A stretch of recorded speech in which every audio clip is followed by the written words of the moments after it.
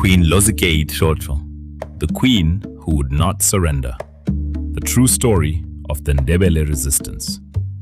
Imagine waking one morning to discover that your king was gone. Your capital had fallen. Foreign soldiers controlled your land. Thousands of cattle had been taken, and the people who had conquered your kingdom believed the fight was over. They were wrong, because among the Ndebele people of what is now Zimbabwe stood a woman named Queen Lozikeyi Dhlodhlo, and she had not surrendered. The queen beside the king. Lozikeyi Dhlodhlo, whose surname is also written Dhlodhlo, was born around the middle of the 19th century. Much about her childhood remains unknown, because the surviving historical record is incomplete. What historians do know is that she became a senior wife of King Lobengula, ruler of the Ndebele kingdom.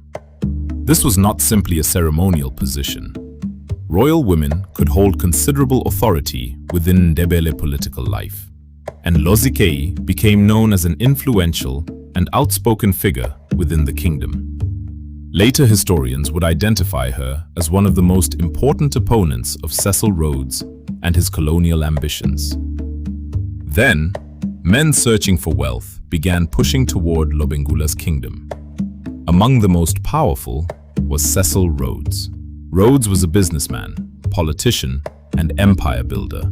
His British South Africa Company, usually called the BSAC, had received a royal charter from Britain and was expanding northward into African territory. The company wanted minerals, it wanted land, and eventually it wanted control. In 1888, King Lobengula signed the Rudd Concession, which concerned mineral rights. He soon attempted to withdraw from the agreement. Nevertheless, the British South Africa Company used concessions and its charter to expand its power far beyond mining rights. A confrontation was coming. The guns at Shangani. In 1893, war finally exploded between Lobengula's kingdom and the British South Africa Company. The Ndebele possessed experienced warriors and firearms, but the company possessed something terrifying: Maxim machine guns. At battles such as Shangani, Ndebele forces attacked the company's columns with enormous courage. But disciplined rifle fire and machine guns inflicted devastating casualties.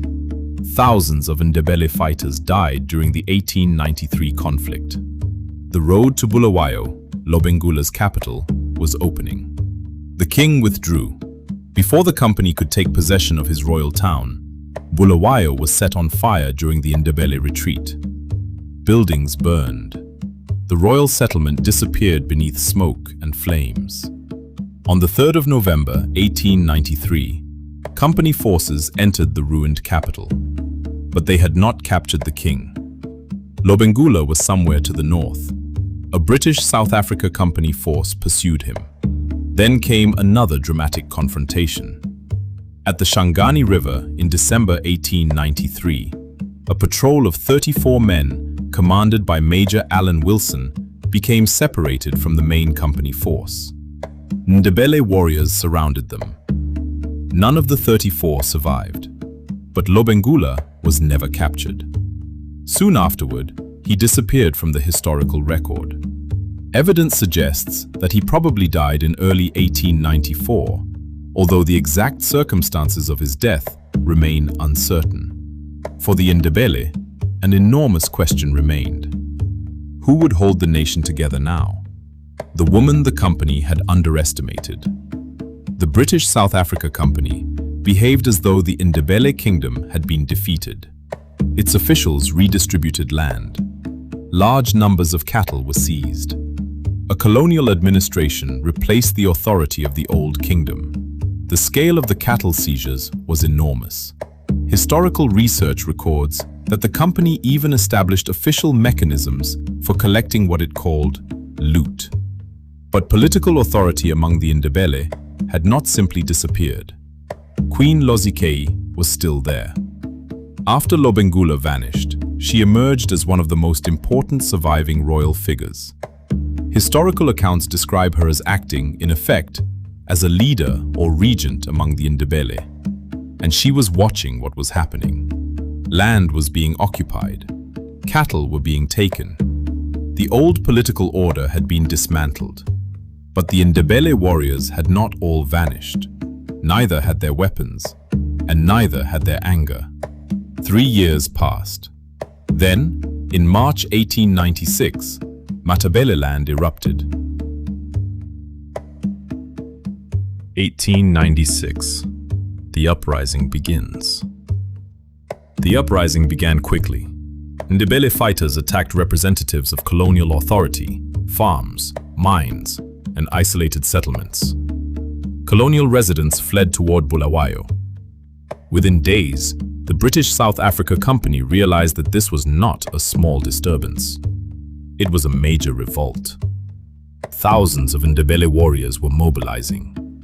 The conflict became known as the First Umvukela, meaning the First Uprising, and formed part of the wider 1896 to 1897 struggle, later remembered in Zimbabwe as the First Chimurenga.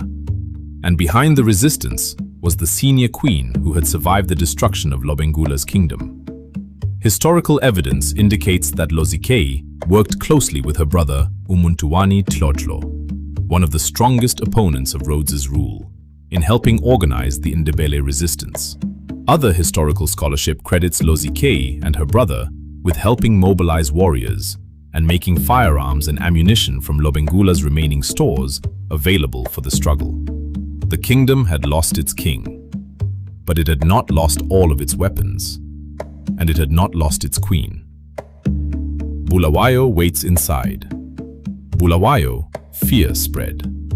Settlers constructed a defensive lager using wagons, sandbags, wire, guns, and other barriers.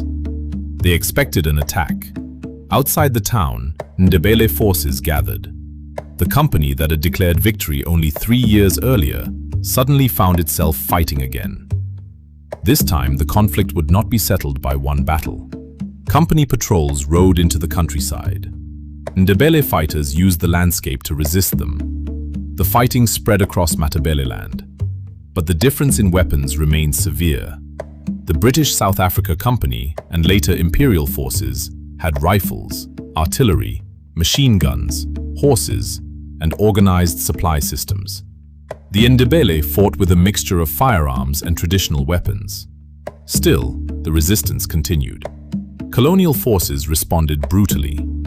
Modern historical research documents the destruction and seizure of crops, grain, cattle, and settlements during the campaign. In some areas, people sheltering in caves were attacked with explosives. The struggle was becoming a war not simply for territory, but for survival. Into the Matobo Hills.